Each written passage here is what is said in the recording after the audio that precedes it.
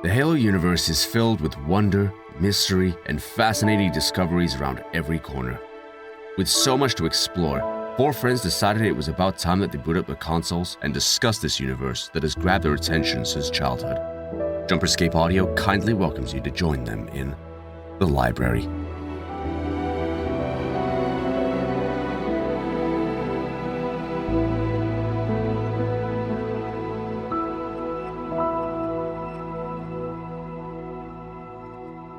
Hello once again, one and all. Welcome back to The Library, the show where we talk about Spartans because this is the Spartan episode.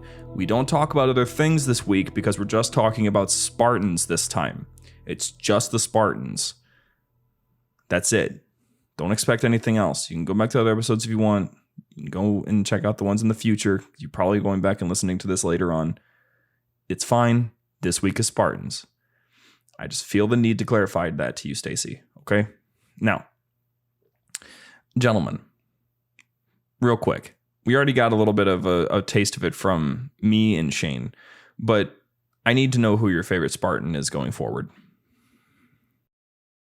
You guys already answered that last week on The Library, a Halo Lorecast brought to you by... I'm going to vomit. I'm going to vomit. Because mine was Fred, Shane's was Emil, and what was yours, James?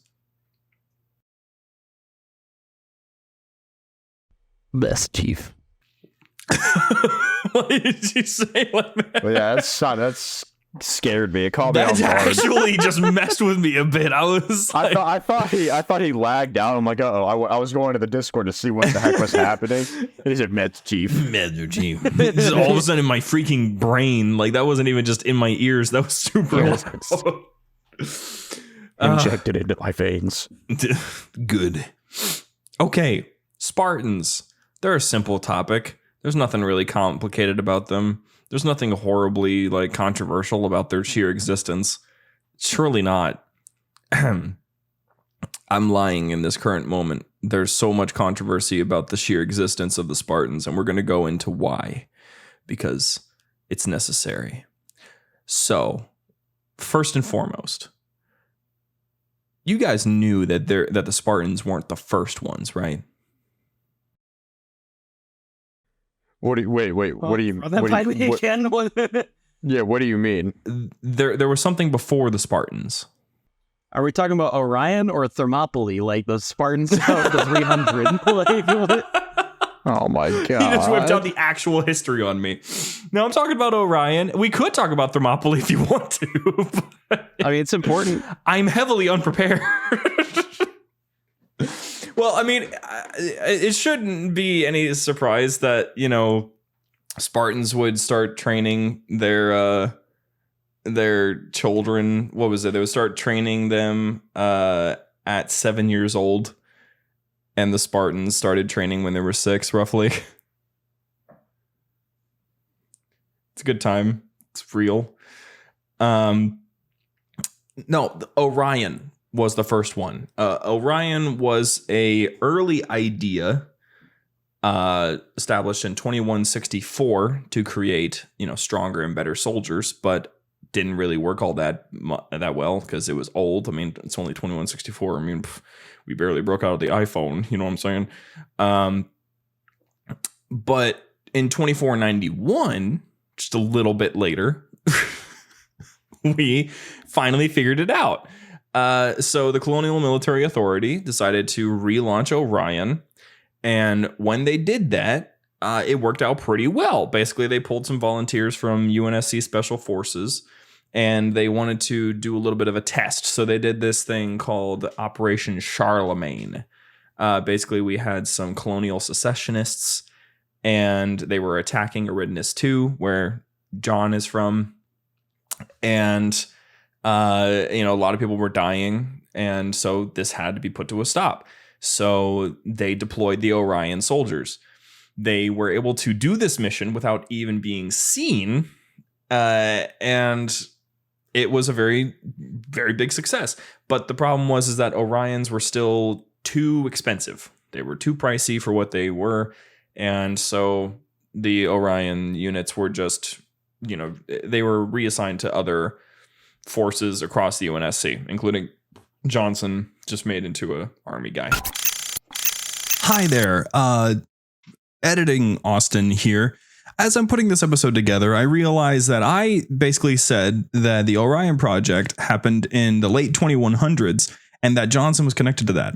I would like to clarify that Johnson is not hundreds of years old, and there was actually 2 different Orion projects, one in the 2100s and one in the 2400s.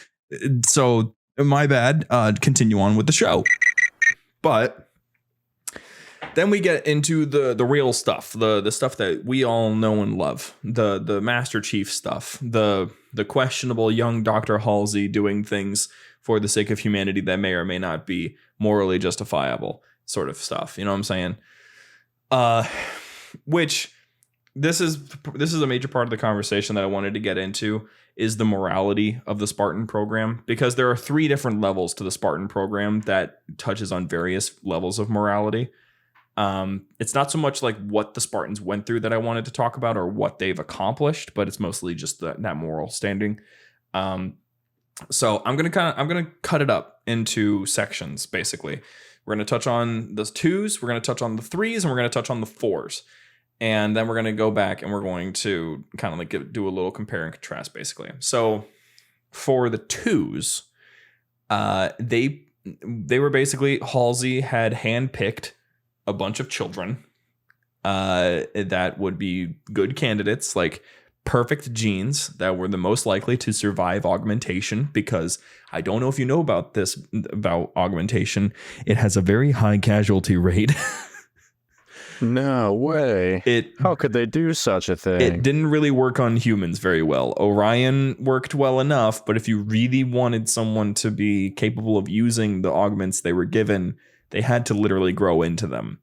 They had to grow with the augmentations. So it would be multiple doses. It would be multiple operations. It would be basically throughout the entirety of their childhood leading up into their middle teen years. They would be getting augmented the entire time. And, there's a list of Spartan 2s that have been successfully augmented. There is a list on here that I'm looking at. and like, here's the thing, like, successfully augmented, but they've all died. They're all died or missing. Like, I'm not kidding. Let's see. Naomi, active as of 2558. Robert, active as of October 2558. Samuel, confirmed K. We don't talk about Samuel. God damn it, that hurts. We don't talk about Samuel. Okay. That's the scene in Halo Infinite. The scene. I'm really trying to say spoiler free, but the game has been out for some time now. But it's so that good. Scene in Halo Infinite hurt like a bitch. Samuel. I'm like, oh, John, I'm sorry. I actually did start crying. I'm like, oh no. Especially given the context of what was happening. Oh, James, you know about what happened to Samuel, because I'm noticing a severe lack of emotional response to Samuel. It's because I'm staring off into the distance, thinking about my dude Samuel, and how if he, just would have listened. God damn it. There's George, confirmed K during Operation Uppercut, Fall of Reach. Ouch, that hurts. There's Kelly, cool. There's Linda. So I'm just going through your reading. Most of them are dead. That's an easy way to really. It seems like a lot of them at the bottom were alive or just missing. Yeah. What does that mean? Joseph, status unknown. It means status unknown. But why is he so different? The other ones that are missing literally say MIA. There's other ones that say MIA, and then his status is unknown. What is that? What is so special about him? What the hell? Well, he was. I mean, based on what I'm seeing from his little entry here, they rebelled against. Like, he's one of the Spartans that rebelled against the trainers. And Halsey granted them freedom. Odie made him disappear, more or less. But Joseph was caught by the UNSC, and that's the last thing that we see. I think he was in Fall of Reach at one point. But yeah, there was a radio transmission basically that talks about him. That's like, of the 5 escapees from the facility, only subject Joseph 122 has been captured. So we don't really know what happened to him. We don't know if they killed him. We don't know if they released him. We don't know if he's still in service. Probably dead. So the Spartan 2s, though, were notorious for basically being machines in many ways because they were trained to think about nothing but strategy. They were raised on warfare. They were grown to be a team. And they're a tight family, very, very tight family. No one takes it more seriously than Chief ever. Like, there's no Spartan that takes the war more seriously than him, because he is the Vin Diesel of Spartans. He's he saw Sam die, and when that happened, he swore to himself he would never let it happen again. Of course, he couldn't realistically make that happen. But he has held it up at least this far with Blue Team. He hasn't lost anybody else in Blue Team so far. From the Spartan 2s, though, we go from kidnapped children that had clone replicas in place for them to Spartan 3s. Now, Spartan 3s were just a little bit different. They had some interesting applications. Some of them would be given Spartan 2 treatment, given Mjolnir armor with shields and stuff like that, like Noble Team. Although Noble Team doesn't really count as like Spartan 3s entirely because it's a unit that's made out of various Spartans. But Noble Team is mostly made out of Spartan 3s. They all got Mjolnir, though. They all got shields. So they're living proof that it is possible for a Spartan 3 to get Spartan 2 treatment. But most of them were pretty much like, they were super secretive. They were given this special armor called semi-powered infiltration armor, otherwise known as SPI armor. It's much cheaper. It's basically like plastic in a way. Not very strong, but it would hold up in a fight, and it was built for infiltration, so it wasn't meant for a direct one-on-one conflict. Most of them died. Like, a lot of them are dead, be it from one reason or another. I'm pretty sure on Onyx, most of them got wiped out just by one fell swoop. It was really unfortunate. Out of the Spartan 3s, we also got headhunters, and headhunters were super cool. Barely any of them made it past their first few operations, but they were basically just teams of 2 that would be sent out to do special operations for usually the Office of Naval Intelligence, and they usually wouldn't come back. Now, the thing about Spartan 3s that made them different from Spartan 2s, though, was that Spartan 3s were not kidnapped children that were taken right from their beds in their comfy homes. They were orphans who had lost their families after a Covenant invasion. So, so now they might be inspired. Yeah. That's what as far as like Emil goes, there was a line of dialogue where he talks about like his brother. Was it his brother that said he gave his life so he could survive, and he had to collect on that debt or something? Was it his brother? Yeah. Yeah. Okay. Yeah. That makes sense. Mm-hmm. And we're going to come back to that a little bit later, because it is probably one of the bigger moral questions between the 3s and the 2s. And finally, the 4s. The 4s are overall some of the most unimpressive. That isn't to say that some of them aren't really good or cool even. I would argue that Commander Palmer is probably one of the coolest Spartans we've gotten in a while, just because I like the hot-headedness that she presents. I love her freaking speech at the beginning of Spartan Ops. It's a fantastic speech. I will still support that line was not meant to be insulting. I thought you'd be taller. And the Spartan 4s in general were mostly fire teams. There were a lot of them, thousands of them. They were much easier to produce. They were basically like mass market Spartans, basically. The Spartan 4s are trained mostly by Spartan 2s and very highly trained Spartan 3s like June. And the Spartan 4s in general, they have specializations, which is something a little bit different than past Spartans, because Spartan Force really held their specializations tight. And they're mostly just like their own little branch that get to operate under their own umbrella. Occasionally they get to work with other branches, but it's not as common as it was before. Now they mostly just kind of like fight their battles. They might help out in the field, but most of the time they got their stuff to do. Notable Spartan Force, like their individuals, would probably be, aside from Palmer, Thorn was a real good character. Wasn't that great in a fight, I guess, because he almost lost to that one random elite Gek. Or Gek is just cracked. I think that's just what it is. We got Buck. He became a Spartan 4, which was funny. I think that Fire Team Osiris, the light is green. I'm fairly certain that happened because in Halo Reach, if you were to preview Buck's firefight voice, it said if he were any better, he would be a Spartan. And I think that might have been a callback to that because, you know, he got better. Probably. And now he's a Spartan. Still got no idea why he's there. I haven't read the book that explains why he became a Spartan 4. I just know that the whole, like, every Spartan, when they hear this, they're going to hate us. You know that, right? And Locke's like, you're not the only one here because of him. It's like, that didn't answer anything, and I don't know what you mean by that.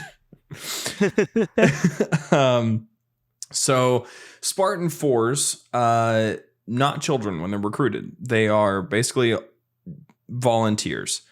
They are adults who choose to try to take on the Spartan program. It's much easier. It comes with much less risks. Modular Mjolnir systems, instead of it being like, you know, a whole team of technicians to put on and take off Spartan armor.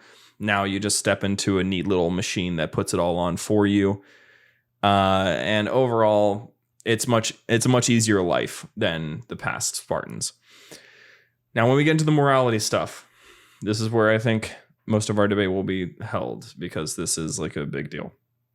So we have Spartan 4s, which aren't controversial in the slightest, really. You get to be an adult, you know what you're doing, you know what you're signing up for, and you get to be augmented on the side. Spartan 3s, you're an orphan, you just lost your family, and now you're about to get manipulated through that into being a super soldier by your own choice, because who's going to remember you when they're all dead? And then Spartan 2s, kidnapped as children from their beds, and before the bed gets cold, there's a clone in place of you, and you are forced to live a life as a warrior your entire life. Of those three, which I think 3s and 2s are obviously the closest together, which one do you think is like the most morally ambiguous? Well, I mean, honestly, I think you put it already in the order of like the least wrong, morally incorrect, to like the most morally incorrect, like the way you said it. Like you listed the way you listed it off. I don't know if that was intentional or not. I feel like your brain just kind of went into overdrive and just did it for you. But yeah, I'm kind of like, yeah, I definitely think 2s are probably the worst 3s.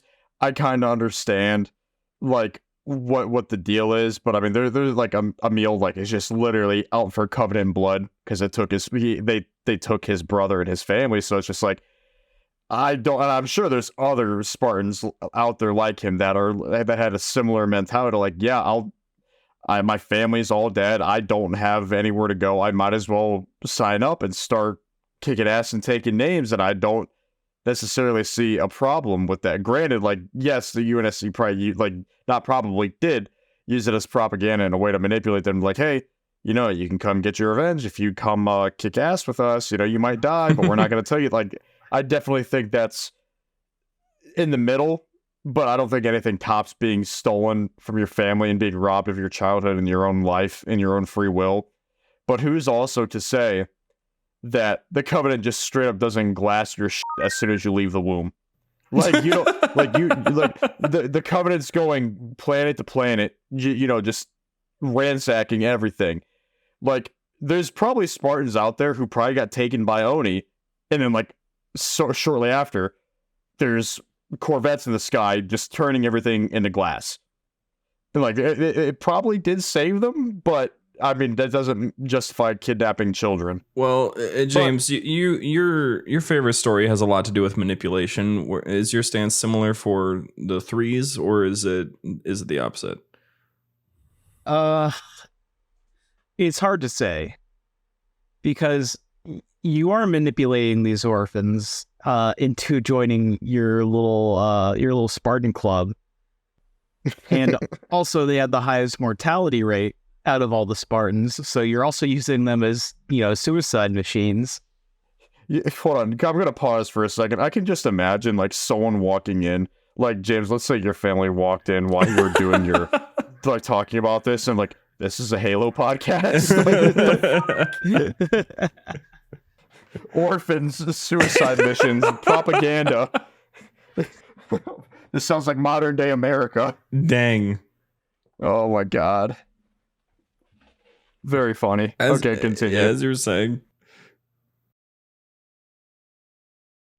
I'm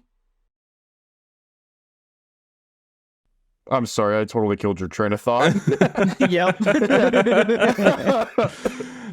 I still think snatching children in their sleep is worse, personally. Yeah, I think that's a pretty popular consensus in the Halo community. I don't see. Well, let me play devil's advocate. All right, not that I think this way, because that's what devil's advocate means. But, I mean, realistically, the family would have no idea that they lost their kid. So, like, the only one that's really being hurt is the kid in that situation. So what's the difference between that kid being taken and the kid being taken after being orphaned? Well, I mean, that also kind of ties into what I said. Like, who knows what that child, like, some kids may have been better off being taken by Oni and, devoting their life to the military, because you don't know what could have happened. Like, Covenant could have visited your city and your planet and just completely tear it up. Like, when you're young and you have a short life, there's got to be somewhere in Halo lore that talks about, like, being taken by one of these Spartans being taken by Oni probably saved them, or saved from a brutal childhood with a shitty family. Like, I mean, it's not guaranteed, but statistically, I don't think that's unlikely. Yeah. Definitely not. Definitely not. It doesn't make it's hard to justify kidnapping, but it's just like, you don't know what their future would have held, what family life they were going to be thrown into, like how long they would have lived if they weren't with Oni, or if they weren't with them, or if they weren't. Like, it's luck of the draw. It's no different than, life being being born into a situation. Like, it's literally luck of the draw. Like, who knows, you could have had a normal childhood, never even sniffed the human Covenant War, perfect family life, and just heard about it, and that's that. Or like I said, you literally are born, and then a week later corvettes are hovering over your hospital and just start blasting. Like, it really just depends. Yeah. Not just start anyway, I sort of blasting. And there is also, like, the secret part of the Spartan 2 story that I've talked about a couple times, which is, if that child that's supposed to die, the clone, doesn't die. Because another part of a Spartan's life is the various ways that they suffer. And Spartan 3's highest casualty rate, most certainly. I think the Spartan 2s have probably had the worst ways to go out, though. Just various ways that they've gone out. Because a lot of them, like, not a lot of them, there's only like 75 of them total.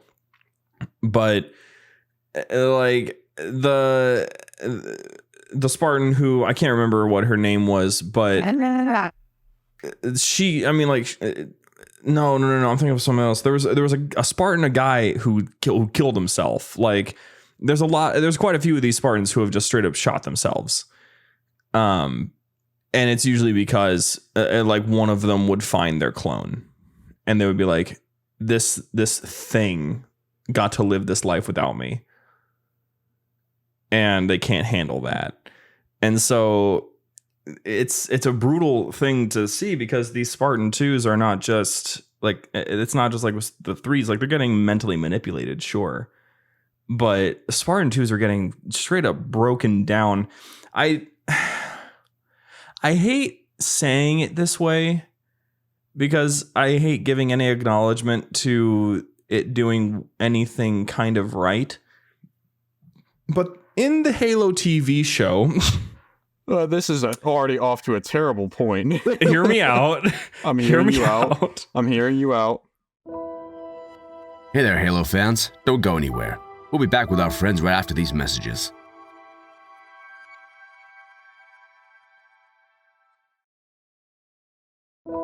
They handle the emotional baggage and the emotional destruction that Spartan 2s experience extremely well. Because, I mean, aside from the whole weird pellet thing that prevents you from feeling or whatever, like even tasting things, I don't know what that was about. They accurately portray what it's like for a Spartan to have to be emotionless. Like, it doesn't have the whole mental breakdown of being a teenager all in one day or something, but it does carry, like, a Spartan does not experience these sort of emotions. And when they finally do, you get scenes like Halo 4 where Chief, after losing so much, loses Cortana, and he has to actually like sit back and let the recoil hit because he just didn't expect, one, to lose her, and two, to react that way. And that's something that's really like a mark on their humanity, is that they straight up don't know how to handle these sort of things most of the time. They don't have to handle it most of the time. Most of them are expecting to die. Right. So this is all just gearing towards, like, this is not an argument by this point. It's easily agreed upon that Spartan 2s have got it just the absolute worst. Yeah, I think that's the general consensus between the Halo community, and I mean, I think it's hard to argue about that. Yeah, like, real quick, I just want to run through. I found that list that you had found, and I want to run through the KIAs because, bro, they really do have some wild things. Like, let's say Daisy 023, she's confirmed dead. She was killed in the Halo Legends series. You've got Lee 008, assumed KIA during a battle inside an anomalous form of slip space. What does that mean? I don't know. That is so, like, off the wall. What does that even mean? Anton 044 died the same way. Kurt 051 confirmed KIA after the detonation of two nuclear warheads. Are you on Spartan 2 or Spartan 2s or 3s? This is Spartan 2s, class 1. Okay, gotcha. Let's see. We've got some KIA during certain battles, during operations, during Grey Veil. Committed suicide after escaping the program. Oh. Suicide by gunshot in 2525. What happened to Oscar? Okay, Oscar 129, death by suicide. But what happened? What was that about? Oscar was one of the 75 children who were selected by Dr. Catherine Halsey for the Spartan 2 program. He was taken from his home in New Houston in 2517 and trained on Reach for 8 years. He survived the augmentation procedures but sought to return to his home. Okay, so he was one of the Spartans that attempted to escape, basically. He was young. Born 2511, died 2525. He was young. All of them were, man. Yeah, he was young. Arriving home, Oscar discovered that his family did not know he had disappeared. His abduction had been covered up by having a flash clone take its place. The clone had deteriorated physically and was now in a wheelchair. His family did not get a good look at him and called the police, reporting that a stranger had broken into their home only to panic and flee. Oscar used his sidearm to commit suicide a while after he left. That was the one that made an appearance in Hunt the Truth. Yikes. And funny thing, I mean, Hunt the Truth, it references a lot of stuff. Like, we didn't talk about it last week, but Hunt the Truth is a major hotspot for references to other things in Halo lore. Hunt the Truth mentions this. Like, Halo Legends showed it first, in the Homecoming short, but Hunt the Truth talked about it, like it mentioned it. So like Hunt the Truth is just part of this whole thing. But yeah, like Spartans have done this. Like they've killed themselves over seeing their own clone. Right. Most of them are dying in battle. Most of them are just getting killed just because of bad leadership. But there's not a whole lot of them left now. See, I just mug him and take my place back. Kill the clone and hop They're in, actually, like nothing's ever changed. I'm fairly certain that Daisy, she didn't kill herself. I think she killed her clone and then just left. Which is just also brutal. Probably like all of the most profound deaths that we know of are obviously the ones that we've had personal experiences with, that we've actually seen, like Cal 141. She was killed while trying to protect some ODSTs from a chieftain during an assassination op. That was unfortunate because she was super young. So yeah, Spartan 2s, we're basically in agreement by this point. There barely was an argument to begin with. So let's shift it a little bit.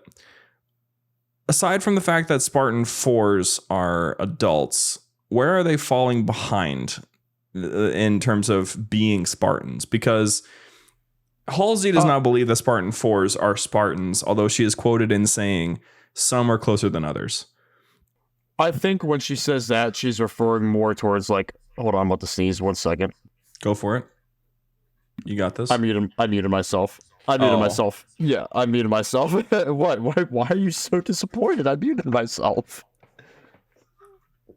It would have been my sneeze. Yeah, I was saving Austin some work so he didn't have to edit it out. I wouldn't have. I would have kept that bad boy. All right, well, I'll keep that in mind for future reference. But thank you. When she says some are closer than others, I think she's more or less referring to like a literal, I mean, this might sound a little corny, but like a literal skill gap. Like there might just be like some that literally just are simply better fit for the position than others. And like obviously like Spartan, like the lack of augmentations, I don't know, it's just, and like it also ties in with Halsey talking about like the ultimate destiny for humanity is like the Spartan program. I think that is the first step in like making like your average UNSC grunt, like just plating him up with some armor. And Spartan 4 is like, while they're like cheaper and not as efficient, I mean, definitely better than, just going into battle with like, just being a normal Marine. Like you have shields, you have complete coverage as far as your armor goes. Like, yes, they're not no Spartan 2 or 3, but like it's not, you're better off in a situation like that. Like I'd much rather be a Spartan 4 than be, just an average grunt that just gets thrown onto an alien planet or a ring and says, hey, go fucking get them. Like I'm good. Yeah. I thought you'd be taller. Skill issue. Literal skill issue. Skill gap. Yeah, I'm looking at the number of Spartans. There's such a massive number. Like there's so many fire teams. That's the thing, is like there's just a ton of fire teams, and each of them have 5 Spartans supposedly. Some of them have 6, some of them have 4. Some of them have 6, some of them have 4. It's messed up. I mean, like I think probably one of the biggest things is like they lack the focus that makes a Spartan so effective on the battlefield. That also has to do with like that can, I mean, not completely, but that also can be due to a lack of augmentations, because Spartans have an insane reaction time due to the augmentations. So like granted, like having augmentations automatically puts them high, like puts Spartan 2 and 3s above 4s. Just the simple lack of augmentations. I'm backtracking a little because I didn't get to really chime in on this. That Halsey line, I think you kind of have to take that more in the context of the cutscene itself, because she's speaking to Thorn, and I think she's giving Thorn respect that way.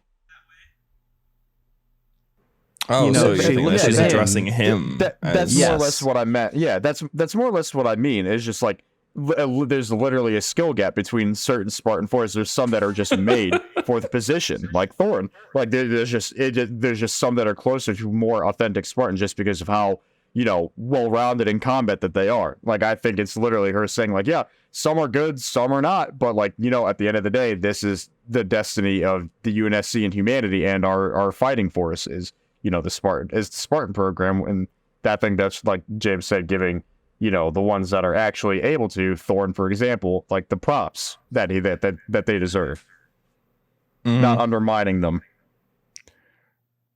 Do you think that Halsey was justified? I know that I'm kind of pushing forward that into is broad. Like, do you mean like in the Spartan program? I'm meaning like in mostly everything that she did for humanity, because it wasn't just the Spartans, it was a lot of other things, but her methodology, her way of thinking, her way of going about this salvation of humanity. Do you think that it was, let's say, a good idea for Oni to cut ties with Halsey after realizing, or maybe just backtracking on their support of her, for example? I mean, if we're talking like the justification, like of just her actions in general, like on the bright side, she made Cortana. That also altered the course of the war. And like that was a morally sound decision that Halsey made. She made it literally after her own flesh and blood, and like using her own DNA to make Cortana, and that tiered the war in the favor of humanity. Didn't put us over. What put us over was, you know, the schism, the collapse of the covenant from within. Thanks, Sang Healy. Yep. But as far as like, you know, I mean, she tried to use like in Halo, the opening scene of Halo 4, she's like, my program saved the human race. Like, yes, but actually no, but yes, it's just like, yes, it did, but like you didn't go in creating that program with the idea that they were going to be fighting something that was not human. You originally created them to deal with insurrectionists, like other humans, and you weren't recruiting them. You were literally taking them from their homes and, you know, pumping them full of chemicals, where some died during augmentations, escaped, and like you said, just completely just off themselves. She did kind of like dodge the question. I'm not gonna lie. When he was like, she's the smartest human alive. So you're saying that your actions were justified in the end? She's like, my work saved the human race, and this guy's like, answer the question. Bruh. In essence, she wasn't justified. That's just, I feel like that's the end of it right there. She's doing what she felt was best for humanity, but like the Spartan program, obviously, it was not designed to fight the Covenant. She likes to like rewrite history, like that's how she always intended it to be.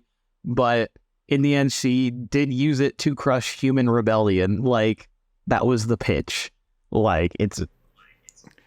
And yeah, we can protect humanity that way. And then let's just throw the hypothetical out there, and this is like going way beyond like what we usually talk about. But like, imagine like there was no human covenant war. Like, imagine like what they could have been used to. Like, it could have been just like a whole control operation by Oni, where it's just like, you know, like just utilize them. Like, yeah, well, these like insurrections have ceased basically, but you know, this colony isn't cooperating the way we want them to. Let's go send the Spartans in there to make them cooperate. Like, it could have went down a much darker path if like the human covenant war did not happen. I mean, the UNSC was already fascist as it is. Then that's what I'm saying. Like, fascism would have been awful. Like, it just like they would have used that to their advantage so much that like people would not have any type of free will. If something doesn't go their way, Spartans get sent there and like, you know, make an example out of somebody, or just go there for an intimidation factor. And it's not the way that we see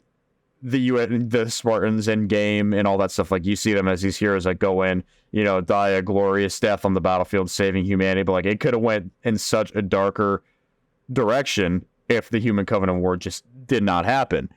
But I mean, that's a hypothetical, but like, based on, like you said, how like the fascism aspect of the UNSC is already showing in Halo canon, like there's no hypothetical involved. Like, you can only assume what they would have been used for, like just to make people, you know, more compliant with unjust laws and regulations and all that stuff. It would have been ridiculous.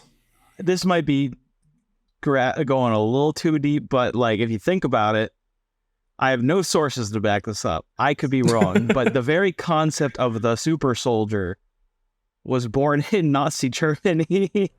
Oh my God. I mean, that's not entirely wrong. It's a good comparison. Because like that's what they were experimenting with. That was one of the many things that their scientists were working on. They were trying to find the way to augment the soldier. It was far-fetched and not going to ever really happen. But you know, meth did the job. Russians could be considered super soldiers in World War II from the sheer amount of vodka they ingested. Anything that, you know, gives you any type of edge that makes you just like not vodka care is and not one of them. Tank damage. It'll make your judgment worse, so you probably push that building when you probably shouldn't push that building. But also probably makes your aim pretty terrible. Well, that's the thing. Their aim was terrible. That wasn't really the concern, though, when they had so many guns. Introducing the papasha. They just spray and pray and throw bodies. Like, there was literally a policy, like, but not even a policy, but like, just like, you know what, line up. This person gets a rifle. You get ammo. When this dude with the rifle gets shot in the head, you pick up his rifle off his dead body. Like that's, oh my God. Like, it's nuts. It is kind of interesting it is interesting to compare to real life situations, because that's the thing, is like, that's something that's not really addressed very often, is like, it wasn't just like in concept the Spartans were going to be going up against humans. Like in the entirety of their training, up until the final year of their training, they were training to kill humans. Like, that was their whole goal. Like, they were being taught ancient human war tactics. They were being taught how to take down a human the most effective way possible. Where's the best place to shoot them, where they won't be able to move, where they can't make a sound, where they'll die instantly. Like, they were being taught all of these things. And then, you know, they're about to get deployed, and it's just, by the way, plans changed. There's this big gator thing that you need to be worried about instead. They have these crazy blue swords. Yeah, you mean a lightsaber? Imagine getting broke the news, like Austin said, up until your last year of training. You know, you're going to just take out people. Like, unfortunate, but like, you know, you're there to just do your duty. But like, actually, no, aliens are real, and they're actually terrifying and 10 feet tall and have energy swords. And one looks literally like a walking alligator, but probably has double the IQ score that you have. Utterly terrifying. Like, imagine that's your pep talk. That's literally your pep talk. Bro, the Halo universe is terrifying, and it's also so depressing when you think about it. Like, humanity is struggling as it is. It's already horrible enough for hundreds of years. Even though there's some unification happening, it's still not that much better in the future. And then they're about to start to quell people by just straight up offing them. But then aliens show up. But it's our worst nightmare. Not only are we not alone in the galaxy, but the things that we've discovered don't like us being in the same galaxy with them. Just, they want to kill us just because we exist, basically. And then you have, I think it would be honestly terrifying if this actually happened. Proof and confirmation, 100% scientifically backed. Like, there's no theory about it. There's no faith involved. We have the origin of the universe and our species as a whole, and they got to keep that stuff under wraps, because they know that will launch into a bunch of problems across the entire species. And then you've got the fact that, you know, you're going to be destined to take over the galaxy at some point, but you're nowhere near where you need to be. So what are you supposed to do to get there? It's certainly not kidnapping children, Halsey. It's just like, it never gets okay. Like, it's never okay. Halo is never okay. Yeah. Like, nothing's ever good. I'm like, oh, my phone is going off. Ugh. It's because my phone is telling me, hey, it's time to go to sleep, but no. Just no. Just no. How many times do you ignore that alarm? I ignore it every single time. Okay. I have had it for 3 years. I have never once listened to it. At least you have that alarm to make you feel slightly guilty. That's actually what I need sometimes. I just need a little bit of, I should be going to sleep soon. I guess I'll just 2 more hours. And that turns into 3. Yeah, basically. But yeah, with the Spartans, it does go into a little bit of a rabbit hole very quickly. If we talk about individual Spartans in the future, they'll likely be tied into either the fractures that we've talked about before, or we'll talk about a few during the upcoming Halo Legends episode that I'm very much looking forward to. But aside from that, we're probably going to just end it off here because there's really not much else that we could really talk about aside from going into individual Spartan stories and even more philosophical debates, but those could go on for far too long.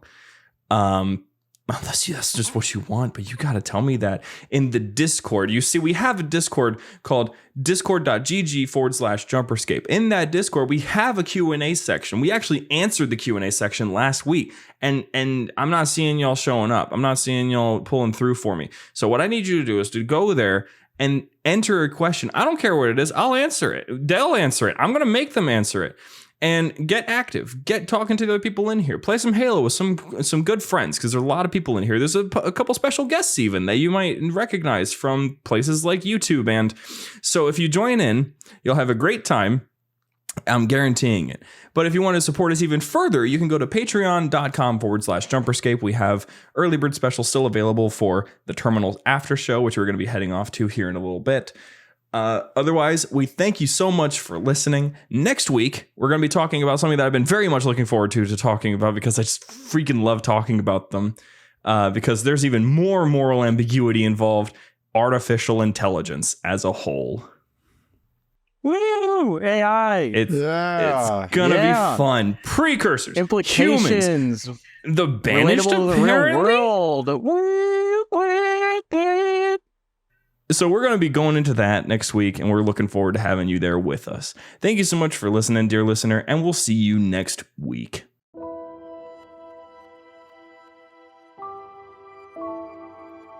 The library was produced and published by JumperScape Audio. Funding was provided by our fantastic patrons on Patreon. If you enjoy the show and wish to support JumperScape's future projects or get some sweet benefits, join our Patreon at patreon.com/JumperScape or become part of this truly special community at discord.gg/JumperScape. Thank you for your listenership, and we hope you enjoyed.